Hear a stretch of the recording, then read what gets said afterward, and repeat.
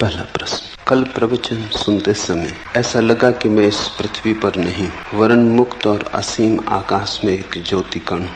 प्रवचन के बाद भी हल्केपन का, खालीपन का अनुभव होता रहा। उसी आकाश में भ्रमण करते रहने का जी होता रहा। ज्ञान, कर्म, भक्ति मैं नहीं जानता, लेकिन अकेला होने पर इसी स्थिति में डूबे रहने का जी होता है। लेकिन कभी कभी यह भाव भी उठता है कि कहीं यह मेरा पागलपन तो नहीं, कहीं यह मेरे अहंकार का ही दूसरा खेल तो नहीं। कृपा पूर्वक मेरा मार्गदर्शन करें। इस पृथ्वी पर हम हैं, पर इस पृथ्वी पर वस्तुतः हम न हो सकते हैं और न हम हैं।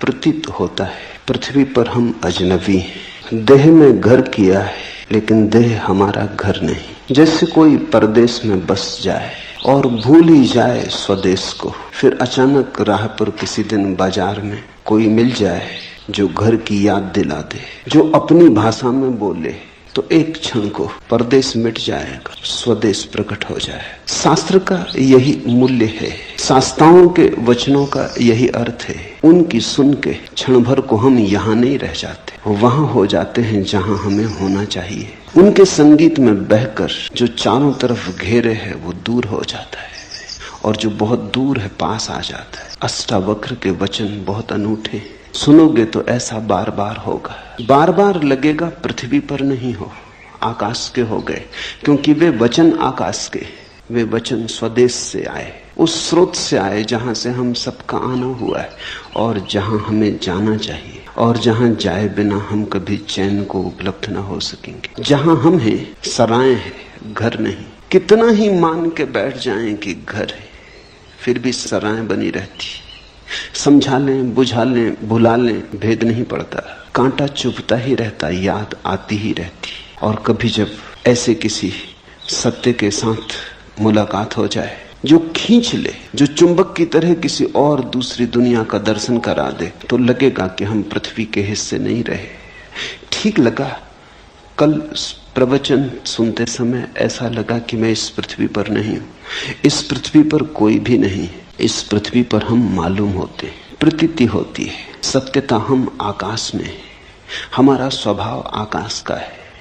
आत्मा यानी भीतर का आकाश, शरीर यानी पृथ्वी।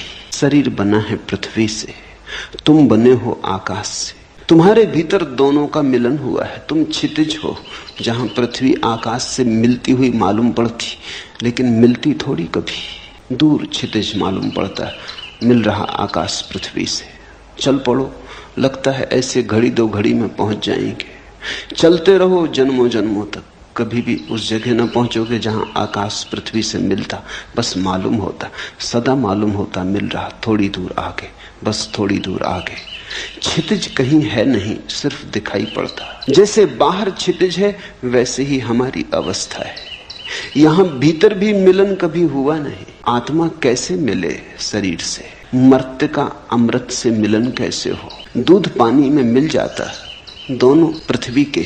आत्मा शरीर से कैसे मिले? दोनों का गुणधर्म भिन्न है। कितने ही पास हो, मिलन असंभव है। सनातन से पास हो तो भी मिलन असंभव है। मिलन हो नहीं सकता, सिर्फ हमारी प्रतीति है, हमारी धारणा है। क्षितिज हमारी धारणा है, हमने मान रखा है, इसलिए है। अष्टावक्र के वचनों को अगर जाने दोगे हृदय के भीतर तीर की तरह, तो वे तुम्हें याद को जगाएंगे, तुम्हारी भूली बिसरी स्मृति को उठाएंगे। क्षण भर को आकाश जैसे खुल जाएगा, बादल कट जाएंगे, सूरज की किरणों से भर जाएगा प्राण होगी। क्योंकि हमारे सारे जीवन के विपरीत होगा ये अनुभव, इससे बेचैनी होगी। और ये जो घटाएं छट गई हैं, ये तुम्हारे कारण नहीं छटी, ये तो किसी शास्त्रा के वचनों का परिणाम है। फिर घटाएं गिर जाएंगी, तुम घर पहुंचते पहुंचते फिर घटाओं को घेर लोगे। तुम अपनी आदत से इतनी जल्दी बाज थोड़ी आओगे। फिर घटाएं गिर जाएंगी, तब और बेचैनी होगी कि जो दिखाई पड़ा था वो सपना तो नहीं था, जो दिखाई पड़ा था कहीं कल्पना तो नहीं थी, कहीं अहंकार का मन का खेल तो न था, कहीं ऐसा तो न हुआ कि हम किसी पागलपन में पड़ गए थे। स्वभावतः तुम्हारी आदतों का वजन बहुत पुराना है, अंधेरा बड़ा प्राचीन है। यद्यपि है नहीं, पर है बहुत प्राचीन। सूरज की किरण कभी फूटती है तो बड़ी नई है, अत्यंत नई है, सद्ध स्नात। क्षण भर को दिखाई पड़ती है, फिर तुम अपने अंधेरे में खो जाते हो। तुम्हारे अंधेरे का बड़ा लंबा इतिहास है। जब तुम दोनों को तौलोगे तो शक किरण पे पैदा होगा, अंधेरे पे पैदा नहीं होगा। होना चाहिए अंधेरे पर, होता है किरण पर, क्योंकि किरण है नई और अंधेरा है पुराना। अंधेरा है परंपरा जैसा, सदियों सदियों की धारा है।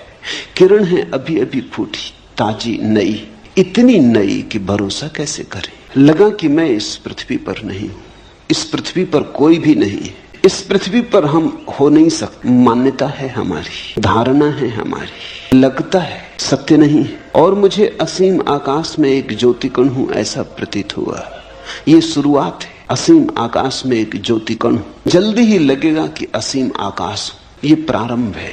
तो असीम आकाश में भी अभी हम पूरी तरह लीन नहीं हो पाते। अगर लगता भी है कभी वो उड़ान भी आ जाती, वो तूफान भी आ जाता, हवाएं हमें ले भी जाती, तो भी हम अपने को अलग ही बचा लेते। ज्योति कण न रहे, अंधेरे हो गए ज्योति कण, लेकिन आकाश से अभी भी भेद रहा, फर्क रहा, फासला रहा। घटना तो पूरी उस दिन घटेगी जिस दिन तुम आकाश ही हो जाओगे। ज्योति कण भी भिन्न है जिस दिन तुम अभिन्न हो जाओगे, जिस दिन लगेगा मैं शून्याकाश हूं। ऐसा तो कहते हैं भाषा में कि मैं शून्याकाश हूं।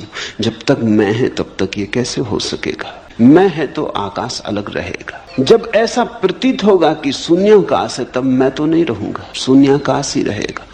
कहते हैं अहम ब्रह्मास्मि, मैं ब्रह्म हूं। लेकिन जब ब्रह्म होगा तब मैं कैसे रहेगा? ब्रह्म ही रहेगा, मैं नहीं रहूंगा। पर कहने में और कोई उपाय नहीं। भाषा तो सोए हुए लोगों की, भाषा तो उनकी है जो परदेश में बस गए और जिन्होंने परदेश को स्वदेश मान लिया। मौन ही ज्ञानियों का है, भाषा तो अज्ञानियों की। तो जैसे ही कुछ कहो, कहते ही सत्य असत्य हो जाता है। अहम ब्रह्मास्मि, मैं ब्रह्म हूं, मैं आकाश हूं, कहते ही असत्य हो गया। आकाश ही है, लेकिन ये भी कहना आकाश ही है पूरा सत्य नहीं है, क्योंकि ही बताता है कि कुछ और भी होगा। अन्यथा ही पर जोर क्यों है? आकाश है, इतने कहने में भी अड़चन है, क्योंकि जो है वो नहीं हो सकता है। हम कहते हैं मकान है, कभी मकान नहीं हो जाता है, गिर जाता है, खंडर हो जाता है। हम कहते हैं आदमी है, कभी आदमी मर जाता है। आकाश इस तरह तो नहीं है, कभी है और कभी नहीं। आकाश तो सदा है। तो आकाश है ऐसा कहना पुनरुक्ति है। आकाश का स्वभाव ही होना है, इसलिए है को क्या दोहराना। है कहना तो उन चीजों के लिए ठीक है जो कभी नहीं भी हो जाती। मनुष्य है, एक दिन नहीं था, आज है, कल फिर नहीं हो जाएगा। हमारी है तो दो नहीं के बीच में। आकाश की है, कल भी है, आज भी है, कल भी है। दो है के बीच में है का क्या अर्थ? दो नहीं के बीच में है का अर्थ होता है। आकाश है, ये भी पुनरुक्ति है। कहें आकाश, लेकिन आकाश जब कहते हैं, शब्द जब बनाते हैं तभी भूल हो जाती। आकाश कहने का अर्थ हुआ कि कुछ और भी होगा जो आकाश से अन्यथा है, भिन्न है। अन्यथा शब्द की क्या जरूरत? अगर एक ही है तो एक कहने का भी कोई प्रयोजन नहीं। एक तो तभी सार्थक है जब दो हो, तीन हो, चार हो, संख्या हो। आकाश भी क्या कहना? इसलिए ज्ञान तो मौन है। ज्ञान को शब्दों तक लाना असंभव है। लेकिन हम धन्यभागी हैं कि अष्टावक्र जैसे किन्हीं पुरुषों ने अथक असंभव चेष्टा की है। जहां तक संभव हो सकता था, सत्य की सुगंध को शब्द तक लाने का प्रयास किया है। और इतना ख्याल रखना कि अष्टावक्र जैसी सफल चेतना बहुत कम है। बहुतों ने प्रयास किया है सत्य को शब्द तक लाने का, सभी हारे। हारना सुनिश्चित है, मगर अगर हारे हुए में भी देखना हो तो अष्टावक्र सबसे कम हारे, सबसे ज्यादा जीते। तो सुनोगे ठीक से तो घर की याद आएगी। सुबह कि लगा ज्योति कण हूं, तैयारी रखना खोने की। किसी दिन लगेगा ज्योति कण भी खो गया, आकाश ही बचा, तब पूरा मतवालापन छाएगा। तब डूबोगे सत्य की शराब में, तब नाचोगे, तब अमृत की पूरी झलक मिली। प्रवचन के बाद भी हल्केपन, खालीपन का अनुभव होता रहा। उसी आकाश में भ्रमण करने का जी होता रहा। यहाँ थोड़ी भूल हो जाती। जब भी हमें कुछ सुखद अनुभव होता है तो हम चाहते हैं फिर हो। मनुष्य का मन है बड़ा कमजोर, आकांक्षा से भर जाता, लोभ से भर जाता, प्रलोभन पैदा होता। जो भी सुखद है उसे दोहराने का मन होता। लेकिन एक बात ख्याल रखना, दोहराने में ही भूल हो जाती। जैसे ही तुमने चाहा फिर से हो, कभी ना होगा। क्योंकि जब पहली दफा हुआ था तो तुम्हारे चाहने से ना हुआ था, हो गया था, घटा था, तुम्हारा कृत्य न था। यही तो अष्टावक्र का पूरा जोर है। सत्य घटता है, कृत्य नहीं है, घटना है। सुनते हुआ था, तुम कर क्या रहे थे? सुनने का अर्थ ही होता है कि तुम कुछ भी ना कर रहे थे, तुम शून्य भाव से बैठे थे, तुम मौन थे, तुम सजग थे, तुम जागे हुए थे, सोए नहीं थे, ठीक, लेकिन तुम कर क्या रहे थे? तुम केवल ग्राहक थे। तुम्हारी चित्त की दशा दर्पण की तरह थी, जो आ जाए झलक जाए।